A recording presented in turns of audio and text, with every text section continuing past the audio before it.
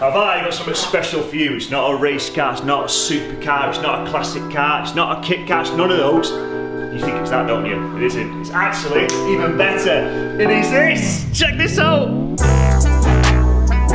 It's a Mark 1 Golf.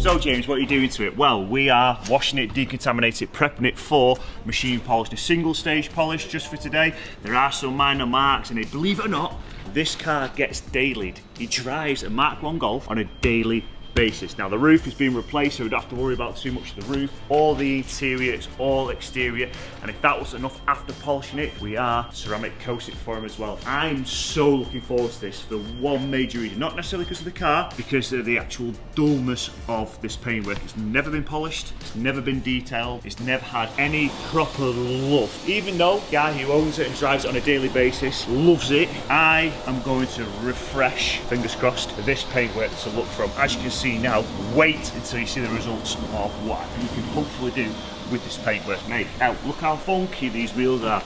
Look how funky they are. They're proper like retro, them, aren't they? Don't you think? Yeah, they're nice. So cool. I'm a massive fan of these. So, let's get set up. Let's get the car deconned and get it in there. Look forward to this. You look forward to this? I am. Yeah, we are. Good day. Every day's a good day. This is a perfect example of the level we're going to be able to push the paintwork today. Because we're only here for a day and all these minor bumper scuffs and there's been stone chips been touched in, we are not going to get this car ready to go to Tatton Park and then go against a load of other Mark 1 Golfs and be judged and try and get first place, because we cannot achieve that in a day. All we have to do is make it super glossy, try and get rid of as many scratches and defects out of the paintwork as humanly possible, and then, I didn't say it before, is then ceramic coat the paint, glass, and these funky ass wheels.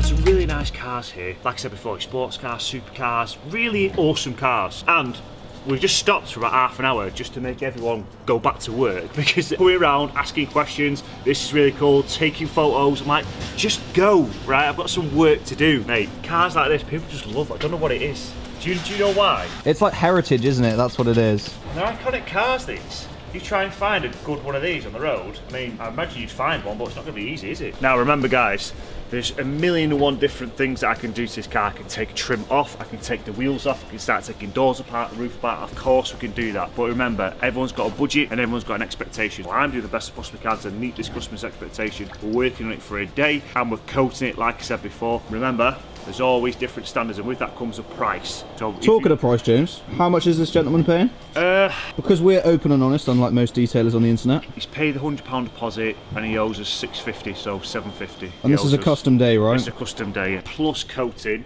and as of the day of making this video, that's where we're at. And you Ian's in the comments, look, 750 quid for that, I could buy a house for that. But go back to your bucket and sponge.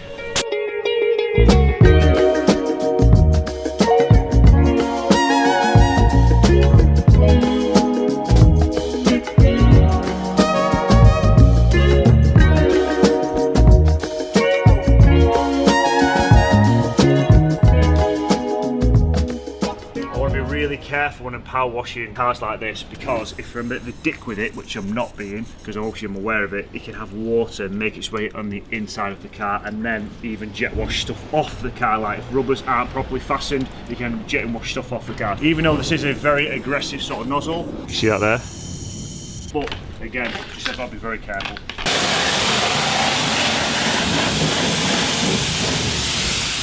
Snow foam, I've got about 100 or so mil of Arctic snow foam, 100 or so mil of Koch Kimmy's Green Star.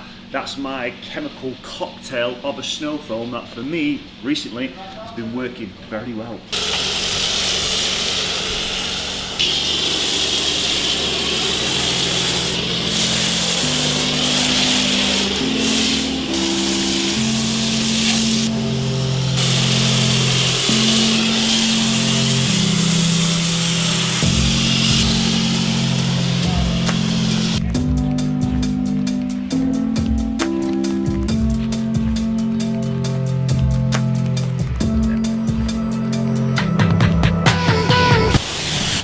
to this channel, you're probably thinking, James, you're going way over the top. Why are you doing all these steps? Because it's the safest way to clean the car and try and get as much dirt off the car. But before you even think about contact washing the car, if you want to know how to do it yourself, free checklist, you click below, put some details in, and you can have that for free. Little thank you from me to you.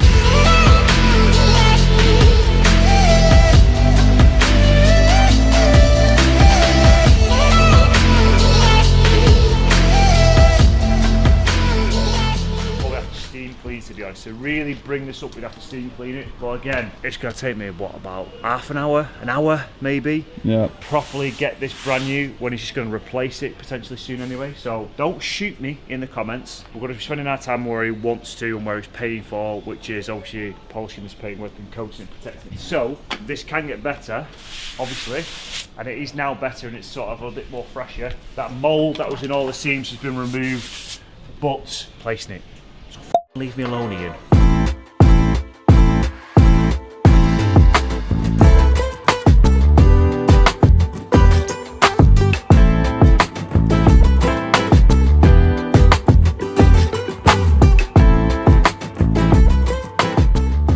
It's almost like magic, that. What product are you using? EZ Car Care's Tartan Glue Remover GTR. Safely removes all that sort of tar spots and glue from tree sap and all that type of stuff. Just point to note, any sort of product like this, keep it away from headlights, tail lights and plastics. It's not a major if you get a bit of overspray, just make sure it doesn't dry because it's going to stain. Ever unsure, just read the bottle of any product.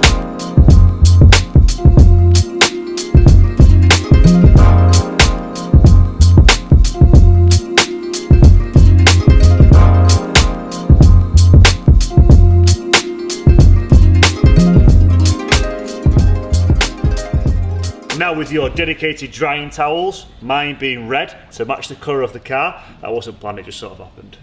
Gonna go around now and dry her, prep her and get her in here underneath all the lights and show you how bad it really is. Right, Steve, the owner, if he's watching, hi, showed me last night how to start this up. It's not like a normal car. We have a choke. Oh, hell no! Are you ready for this? So we've got a choke here. I've got to pull that out. Just graph that. And key, unlocks off and key. Inside. Wrong way. There we go, see? Big ass. That wasn't too bad. Then after a minute or so, he said slowly bring the choke in. Oh yeah. God forbid you're late for work in this. Oh man, I know.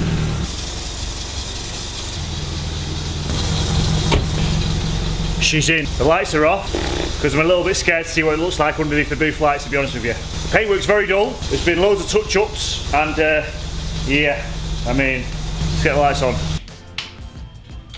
What the Look at this, it's gonna look insane.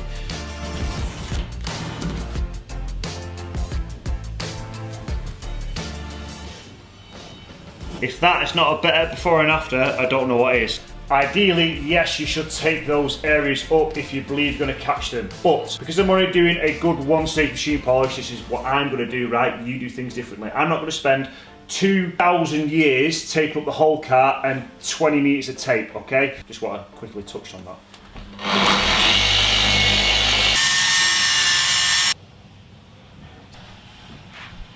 Don't panic if you ever come across this when polishing virgin on classic cars, okay? You may turn your pad the same colour as the car because it's what we call single stage paint, when you've got your clear coat and your paint mixed together. With more modern cars, you have your base coat, then your clear coat. Your more modern cars, you're machine polishing the clear coat and getting those swirl marks out. With stuff like this, because it's mixed together, you'll end up having your pads look like that as you go around. Don't panic, just make sure you have enough pads, okay, and you blow them out as well as you go around. So, passenger door done, other than getting behind that handle. Side skirt done, rear quarter and this arch bit done as well. This looking so good, you know. Mint. So good. You got a classic car at home? Let us know if you want it looked after and making it look as good, if not better, than this. Click the link below, leave your details. Someone, most likely me, will get back to you.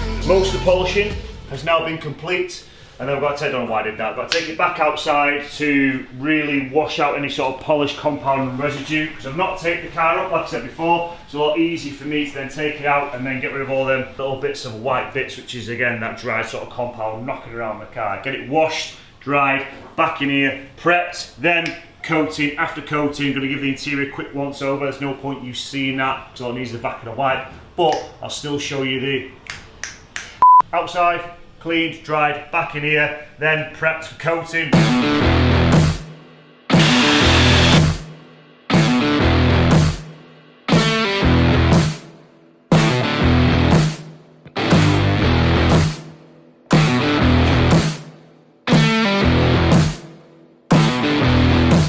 The Mark 1 Golf is finally finished.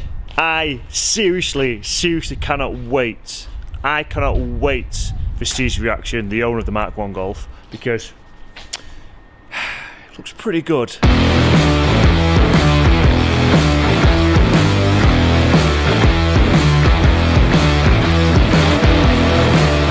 it outside and wash it in the dark.